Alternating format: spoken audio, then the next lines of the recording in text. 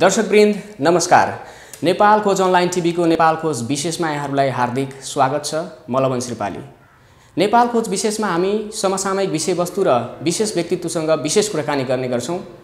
दर्शकवृन्द, संसद पुनर्स्थापना भए पछाडि सरकार गठनको तयारी तीव्र रूपमा चलिरहेको छ। एक खालको सरगर्मी बढेको छ। त्यसमा जनता समाजवादी पनि निर्णायक पार्टीको रूपमा आउँछ।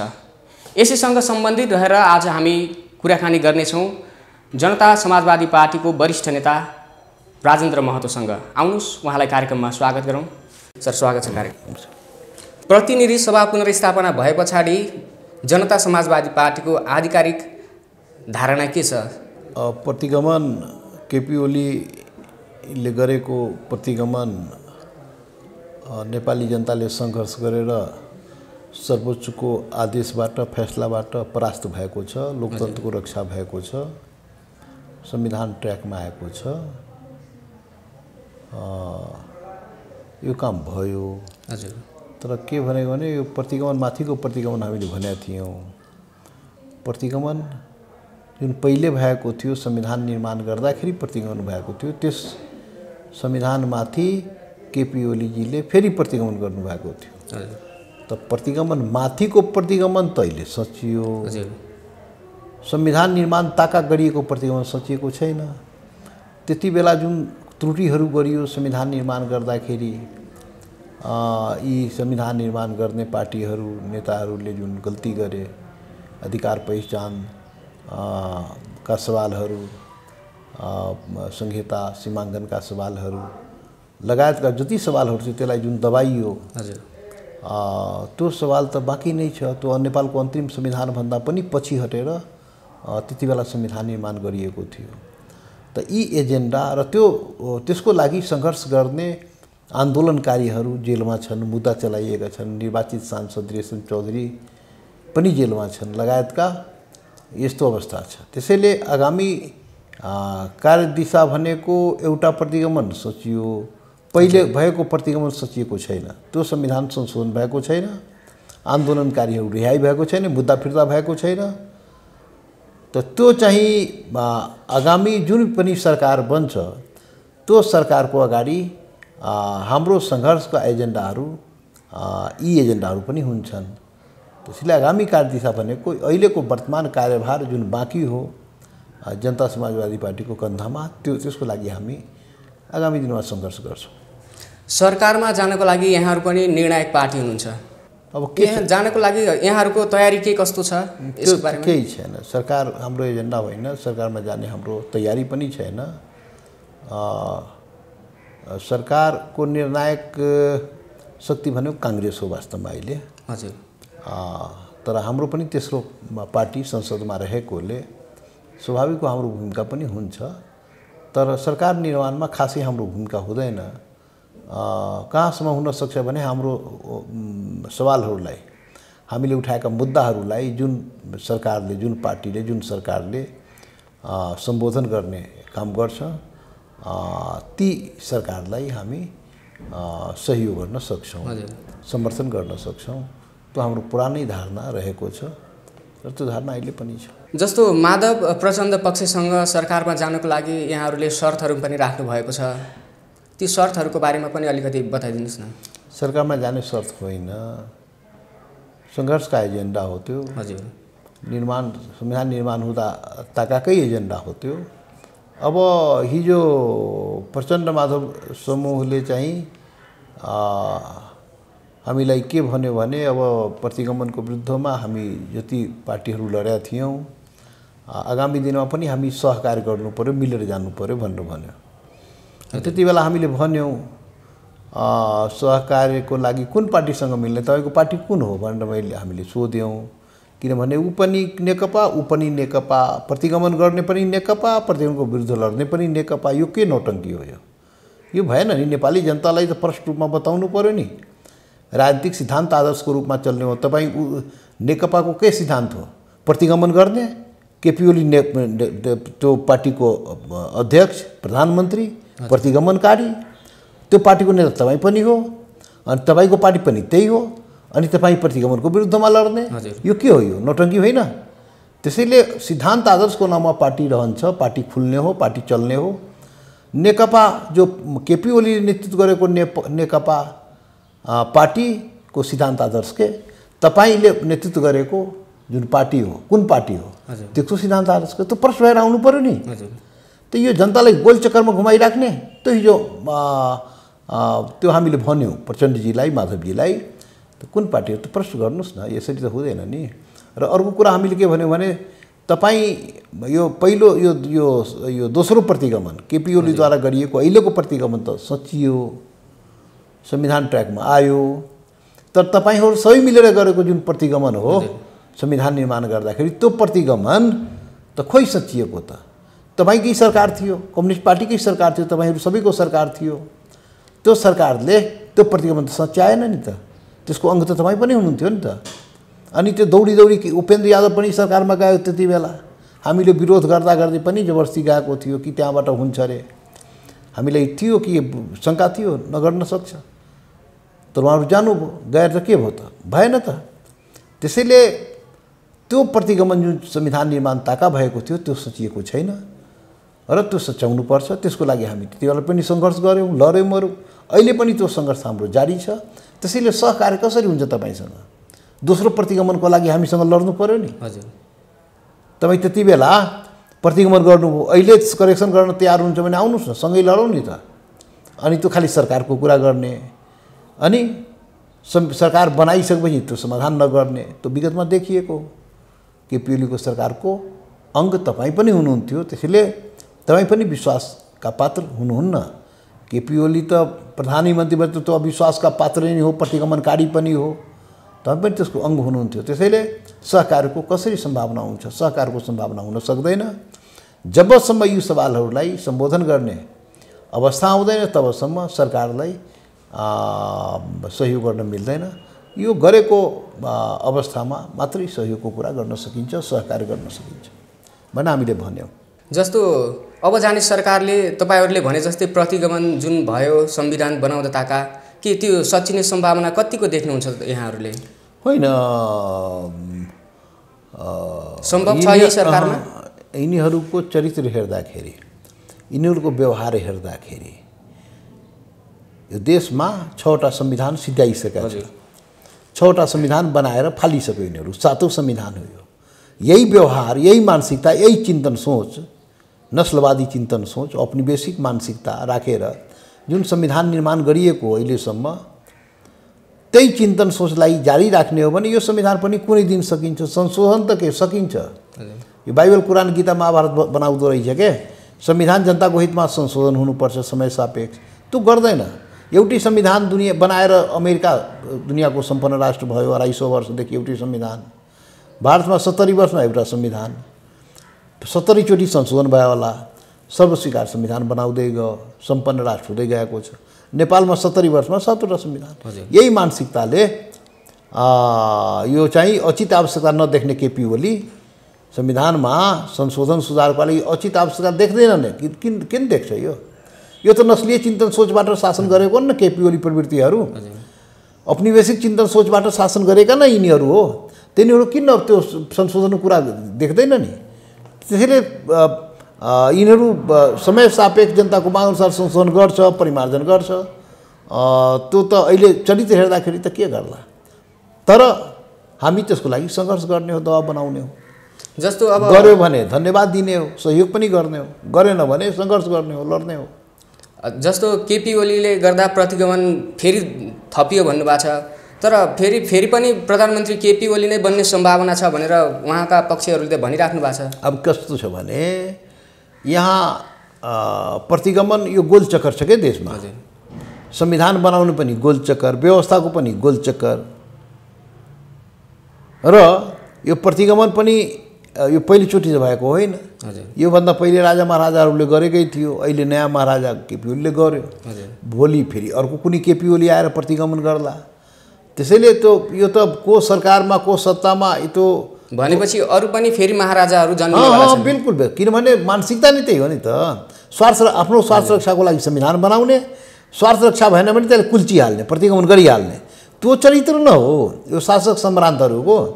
त्यसैले मुठ्ठीभर यी शासक सम्रान्तहरूले आफ्नो लागि संविधान बनाउने, आफ्नो लागि प्रयोग गर्ने, आफ्नो हित प्रयोग भएन भने त्यसलाई कुल्चिहाल्ने।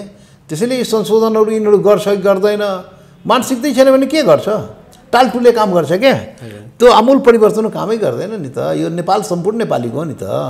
शासन र संविधान मात्रै बदलेर त हुँदैन, विचार व्यवहार पनि बदलिनु पर्यो, मानसिकता बदलिनु पर्यो र सोही अनुसारको शासन प्रणाली, संविधानमा व्यवस्था, त्यसको सञ्चालन यो सम्पूर्ण नेपालीको नेपाल हो र त्यही अनुसारको संविधान र शासनको सञ्चालन र निर्माण गरेर अगाडि बढ्यो भने अनि टिकाउ हुन्छ संविधान, अनि शासन पनि टिकाउ हुन्छ। नत्र प्रत्येक 10-20 वर्षमा नेपालमा सङ्घर्ष हुने, आन्दोलन हुने, जनता लड्ने मर्ने र फेरि पनि 10-20 वर्षमा फेरि पनि गर्ने। त यो गोलचक्करमा नेपाल फसिरहेको छ। यसबाट दुनियाँको सबभन्दा दुर्गति भइसक्यो नेपालको, सबभन्दा कङ्गाल राष्ट्र भइसक्यो नेपाल। त नेपालको सबभन्दा यो गरिब राष्ट्रको सूची तयार गर्यो भने 10वटा गरिब राष्ट्रको सूचीमा नेपाल आउँदो रहेछ। जबकि नेपाल दुनियाँको सम्पन्न राष्ट्र हुने अवस्था प्रकृतिले दिएको वरदान। जबसम्म छोटे राजाहरू जन्मिरहन्छन् तबसम्म नेपाल कङ्गाल बनिरहन्छ। किनभने यसलाई रोक्नको लागि किनभने शासन र संविधान जनताको समृद्धिको लागि हुनुपर्छ के, जनताको अधिकार पहिचानको लागि हुनुपर्छ, सुशासनको लागि हुनुपर्छ। शासन र संविधान आफ्नो स्वार्थको लागि, केही सम्भ्रान्तले आफ्नो स्वार्थको लागि मात्रै प्रयोग गर्यो भने त्यो जनताको हितमा कामै हुँदैन नि। कहाँ समृद्धितर्फ देश जान्छ? त यो नेपालको यो 200-250 वर्षको यही हो चरित्र।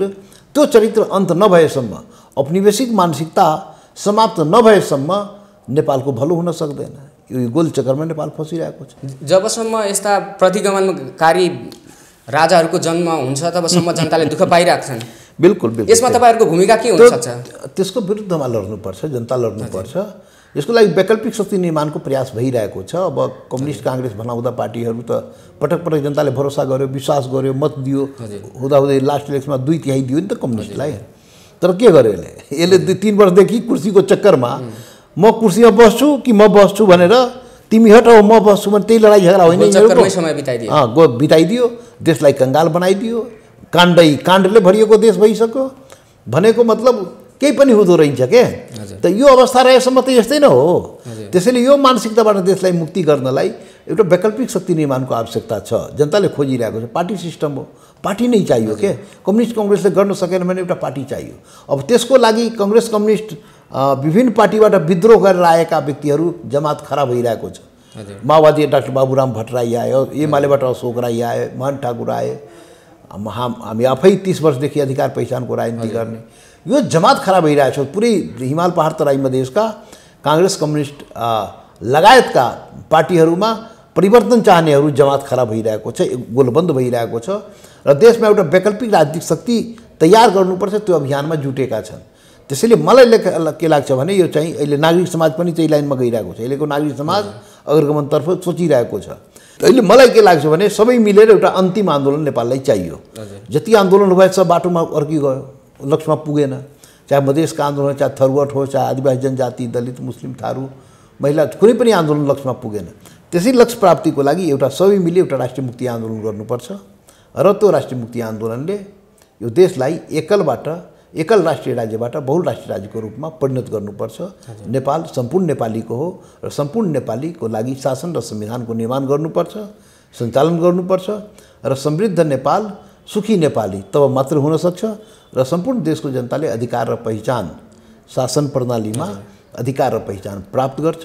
त्यो नेपालको कल्पना हामीले गरे हो र त्यसको लागि आवश्यक तयारी हामी गर्ने अभियानमा लाग्यो। त्यो तपाईले परिकल्पना गरेको नेपाल कतिको सम्भावना छ? यही नै हो नि, यही हुने नै यही हो। अब जनतालाई सबै दिन त धोका दिन सकिन नि त। यिनीहरू त गोलचक्करमा फसाएर धोका नै दिए। खोखला राष्ट्रवादको नारा दिया छ, त्यो के अरे आँखमा छारो हाल दिया छ, जनताले पत्याइहाल्छन्। अनि त्यो जनताको गल्ती हो नि, जनतालाई गुमराह पार्ने यी पार्टीहरू र त्यसबाट पालित मिडियाहरू, ती सम्भ्रान्तहरूबाट पालित मिडियाहरू पनि त्यसको बचाउ गर्छ, त्यसको रक्षा गर्छ। जनतालाई एक खालको जनताको आशा भरोसा बोकेर सत्तामा पुगिसके पछाडि यसरी जनताको आकाङ्क्षामाथि लात मार्नु कतिको हो? त्यो त अपराध त भइरहेको छ नि। त्यसैले त्यसलाई दण्डित गर्नुपर्छ नि त। यो पार्टी सिस्टममा त्यस्तो पार्टीलाई दण्डित गर्नुपर्छ, नेतालाई दण्डित गर्नुपर्छ र विकल्पको तलास गर्नुपर्छ। विकल्प भनेको विकल्पको लागि हामी प्रयास गरेका हौँ। जनता समाजवादी पार्टीको निर्माण त्यसै विकल्पकै लागि भएको हो। हाम्रो प्रयास छ, जनताले विकल्प खोजिरहेको छ र एउटा साझा नेपाल बनाउने, सम्पूर्ण नेपालीको नेपाल बनाउने त्यो जुन कल्पना हो, सपना हो, साझा फुलबारी नेपाल बनोस्, त्यही अनुसारको शासन संविधानको सञ्चालन होस्। त्यसको लागि एउटा अन्तिम आन्दोलन नेपालमा गर्नुपर्छ, राष्ट्रिय मुक्ति आन्दोलन। हामी सबै मिलेर त्यो चाहिँ गर्नुपर्छ र त्यो अभियान अगाडि बढेको छ र नेपाल आज न भोलि त कल्याण त हुन्छ नि। त जनता त न्यायकर्ता हो, न्यायकर्तालाई पक्ष विपक्ष बनाइदिया छ। जनता आम जनता त न्यायकर्ता हुन्छ नि त, तर उसलाई न्यायकर्ता हुन दिएको छैन। उसलाई पार्टीको कुनै न कुनै पार्टीको अङ्ग बनाइदिया छ। त प्रत्येक जनतालाई पार्टीको सदस्यता र सदस्य बनाइदिएपछि न्याय गर्ने अवस्था रहन दिएको छैन। यो काङ्ग्रेस कम्युनिस्टले दलीय स्वार्थको कारण स्थानीय चुनाव पनि, वार्डको चुनाव पनि पार्टीको आधारमा गरेर प्रत्येक व्यक्तिलाई पार्टीमा बाँडिदिएको छ। हुँदाहुँदै जन्ती मलामीमा पनि पार्टी, भोज भतेरमा पनि पार्टी। त पार्टी त होइन नि। पार्टी त अब पार्टीले कस्तो काम शासन गर्छ, सरकारले कस्तो काम गर्छ त्यो मूल्याङ्कन गर्ने जनता हुनुपर्छ नि। त्यसलाई पक्ष विपक्ष बनाउनुहुन्न। त्यसलाई पार्टीको न्यायकर्तालाई एउटा पक्ष बनाइदियो भने त्यो न्याय गर्नै सक्दैन नि त। अहिलेको जनतालाई यो काङ्ग्रेस कम्युनिस्टले त्यो अवस्थामा पुर्याइदिएको छ। त्यसले स्थानीय लोकल निर्वाचन पनि पार्टीको आधारमा जुन भइरहेको त्यो गलत भइरहेको। त्यो विकास संस्था हो, विकास प्रेमीलाई जनताले चुन्छ नि। संसदीय निर्वाचन 5 सालमा हुन्छ, हुन्छ त्यो देश सञ्चालनको लागि हुन्छ। तर लोकल इलेक्सन भनेको विकास संस्था हो के। त्यो पार्टीको आधारमा गएर पनि यहाँ चाहिँ जनतालाई पङ्गु बनाइदियो के। जनतालाई न्यायकर्ताबाट उसलाई कुनै पार्टीको पक्ष बनाइदियो। त्यो पार्टीले जति गल्ती गरे पनि त्यो पार्टीमा लागेकोले जनताले त्यसलाई सपोर्ट गर्नुपर्ने, यो मानसिकताले त्यो चाहिँ जनतालाई बर्बाद गरेको थिए।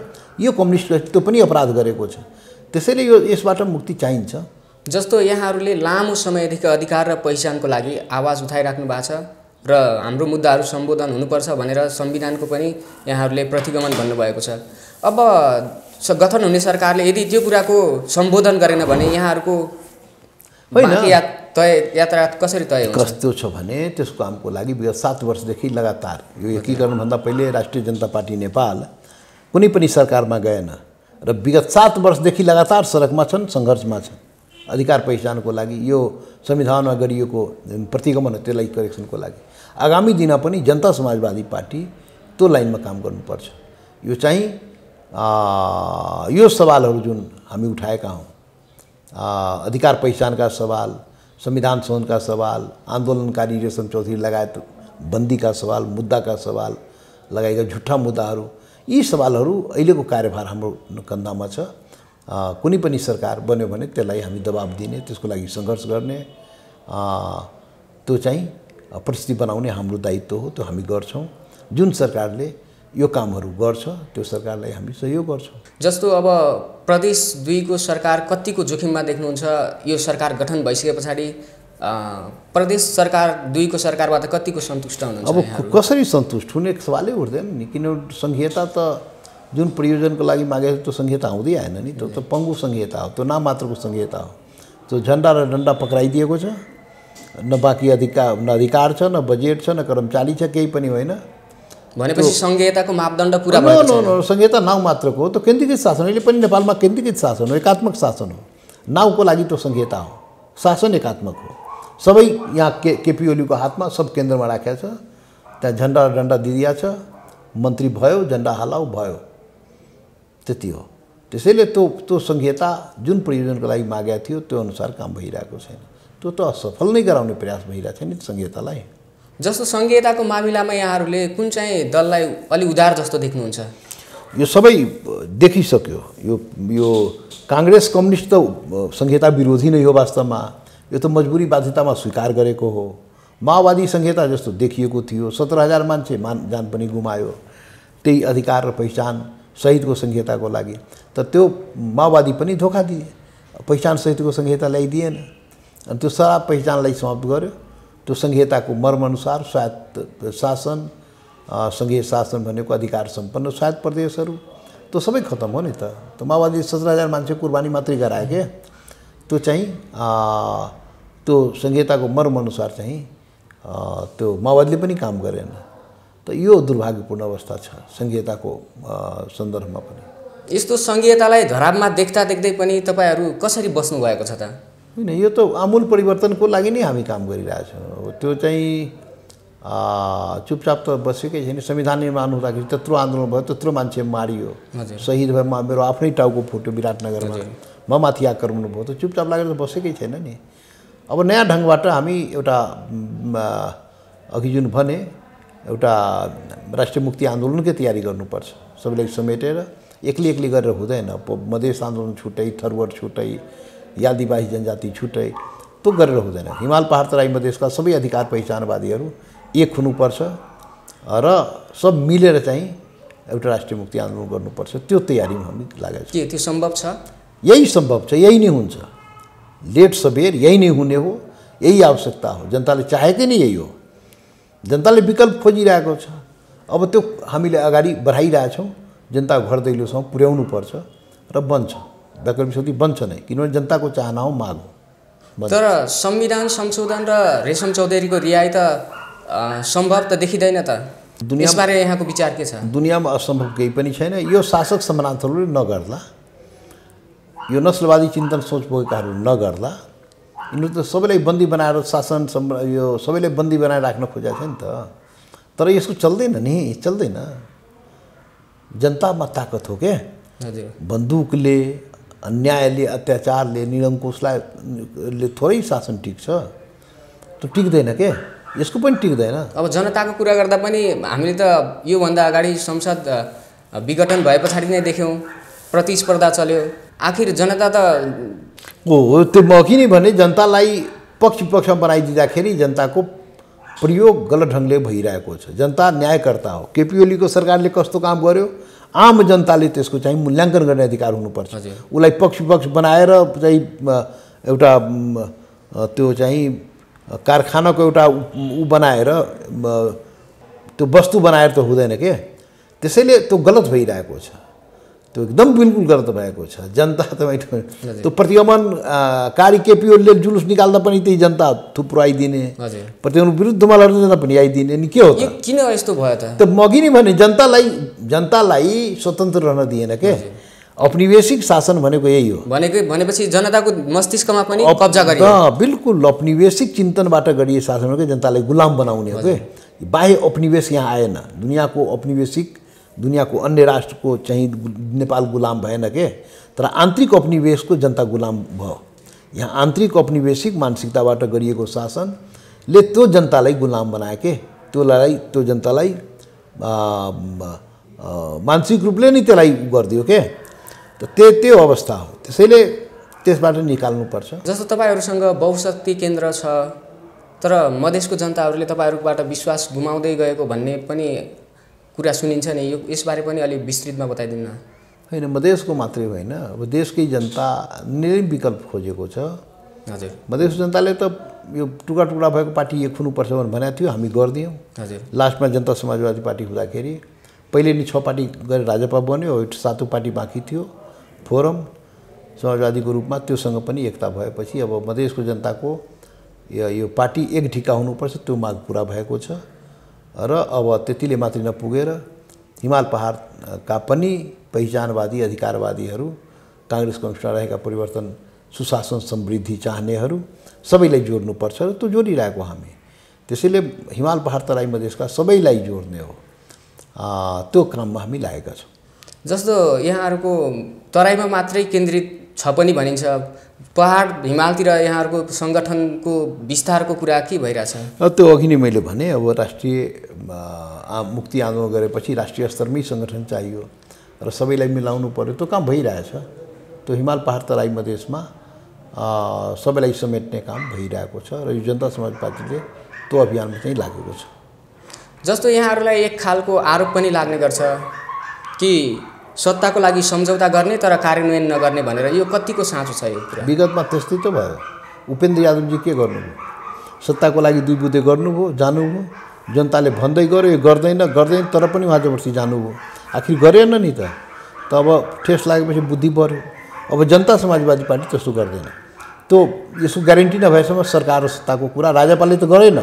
अब यो जसपाले पनि गर्नु हुँदैन, किनभने जसपाको पार्ट राजपा पनि एकीकृतमा हो, त्यसैले त्यो हुन सक्दैन। जनताको आशा भरोसा तपाईँहरूप्रति पनि छ, अब त्यसलाई पुरा गर्न यहाँहरूको कदमहरू के कस्ता हुन्छन् त्यसबारे पनि? अब कदम भनेको अघि मैले भने, कदम भनेको राष्ट्रिय मुक्ति आन्दोलनको तयारी हो, बहुराष्ट्रिय राज्यको स्थापनाको लागि। यसमा हिमाल पहाड तराई मधेसमा यो परिवर्तन, सारा परिवर्तनकारीलाई इकट्ठा गर्नुपर्छ। यसको लागि हजारौँ परिवर्तनकारी, न्यायप्रेमी जनता, अधिकार पहिचान चाहने जनता हजार प्रत्येक दिन पार्टी प्रवेश गरिरहेको छ 77 जिल्लामा। तो आगामी अभियान भनेको त्यो हो र एउटा वैकल्पिक स्थितिको निर्माण गरेर जनता समाजवादी पार्टी अगाडि बढ्छ। यही हाम्रो आगामी कार्यदिशा हो। हवस् त, यहाँको समयको लागि धेरै धेरै धन्यवाद। दर्शकवृन्द, हामीसँग हुनुहुन्थ्यो जनता समाजवादी पार्टीका वरिष्ठ नेता राजेन्द्र महतो। उहाँसँग आज हामी समसामयिक विषयवस्तुसँग सम्बन्धित रहेर कुराकानी गऱ्यौँ। अर्को कुनै अङ्कमा फेरि हाम्रो भेट हुनेछ भन्दै नेपालको अनलाइन टिभी हेर्दै गर्नुहोला। मलाई पनि बिदा दिनुहोस्। नमस्कार।